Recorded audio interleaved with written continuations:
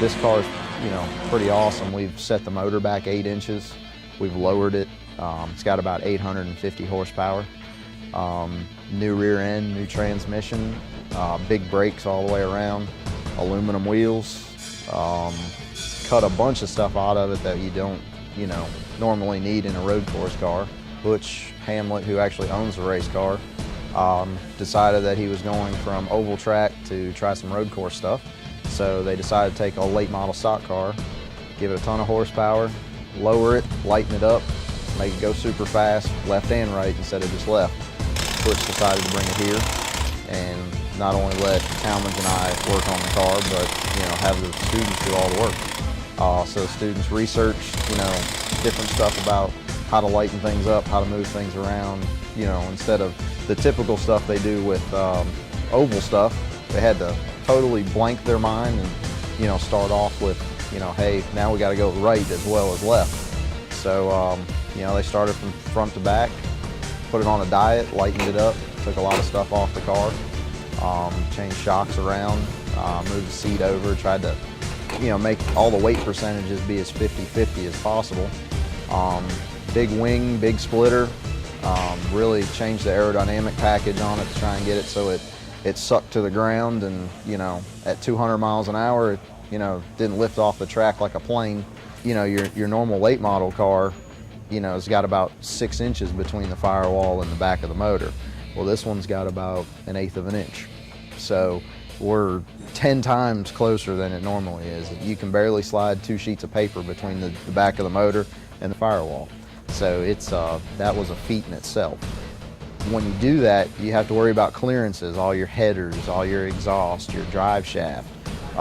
Is your transmission and shifters going to work? That was an engineering feat just in itself to move that motor back and down. I think it was about 2 inches. One of the biggest issues that the students had was getting the front splitter, which creates the downforce on the front end, and the rear wing attached to this car. You got to think these cars are just a shell body over tubular frame. So there's nothing really to mount it to. So these guys actually had to design the splitter and the wing braces for this car.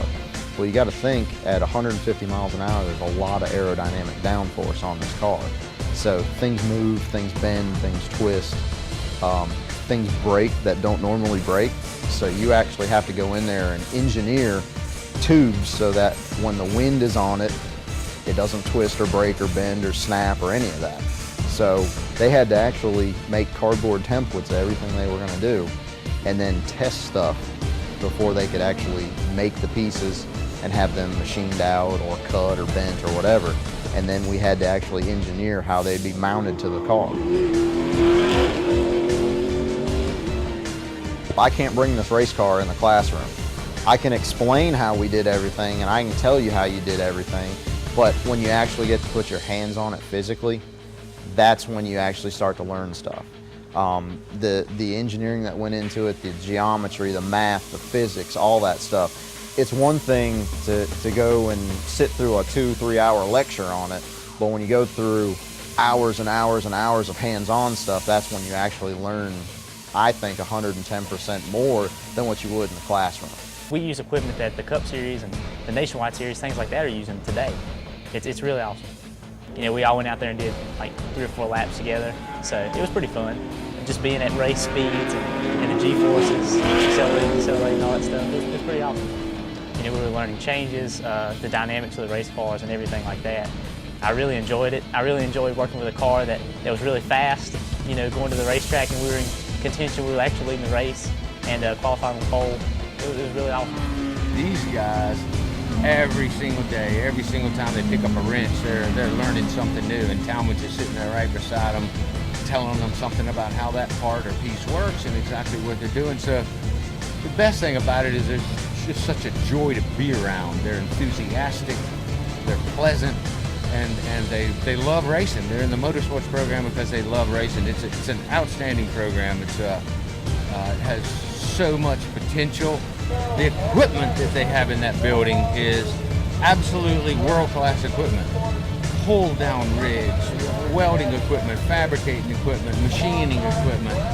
We're the ones that do the glamorous things. We're the ones that make things happen. We're the ones that go 200 miles an hour.